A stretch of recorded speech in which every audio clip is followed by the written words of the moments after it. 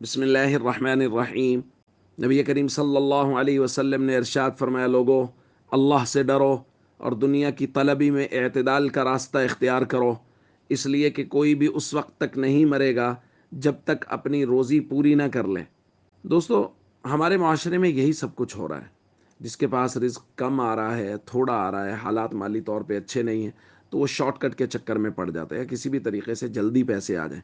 वो हलाल है या हराम है, इससे कोई सरोकार नहीं है। बग़ैर हलाल और हराम की तमीज़ किए बस ये कोशिश कर रहे हैं कि पैसा आना चाहिए, किसी भी तरीके माल आना चाहिए।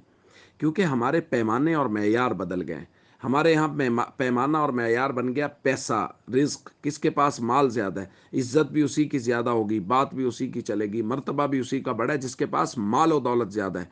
इसलिए लोग माल और दौलत के पीछे अंधे गूंगे बहरे होकर पड़े हुए हैं, और उनको दीनी अहकाम न दिखाई देते हैं न सुनाई देते हैं, और वो बिल्कुल उनकी परवाह किए बगैर सूदी कारोबार मुआशरे में धड़ाधड़ हो रहे हैं, और लोग नाजायज़ तरीके से पैसे कमा रहे हैं। फ़राइज़ और अरकान इस्लाम की कोई परवाह नहीं है।